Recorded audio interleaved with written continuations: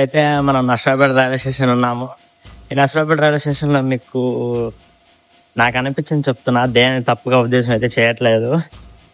ఇప్పుడు general ప్యాసింజర్స్కి reservation ప్యాసింజర్స్కి comparison ఉండిద్ది. But ఇక్కడ స్టేషన్లో కూడా మీకు ఒక కంపారిజన్ చూపిస్తాను చూడండి. ఆ బ్లూ కలర్ షెడ్ ఉందా, అదంతా రిజర్వేషన్ వాళ్ళకంట. పాప ఎండలో జనం ఉన్నారు చూడండి, అలా జనరల్. మీది ఇక్కడ సరిగ్గా గమనిస్తే మీరు ఇక్కడ న్యాయం ఎక్కడ కనిపిస్తుంది? ఇల్లేమో నార్మల్ రిజర్వేషన్ కోచ్లు కూర్చోడానికి ఏమో పైన రేకులు షెడ్, కింద ఫ్యాన్లు ఇవి కూర్చోడానికి. కానీ అక్కడ జనరల్కి వచ్చేసేలోపు అలా తల మీద మూటలు పెట్టుకొని అట్లా ఎండలో నుంచోవాలా? ఇలాంటి రాజకీయ నాయకులను గెలిపించడం వల్లే వీళ్ళు ఇలా తయారవుతున్నారు. నేను సెంట్రల్ గవర్నమెంట్ అంటున్నా, స్టేట్ గవర్నమెంట్ని కాదు, సెంట్రల్ గవర్నమెంట్ని అంటే. ఎందుకంటే రైల్వే స్టేషన్ కదా, సెంట్రల్ గవర్నమెంట్కి సంబంధం.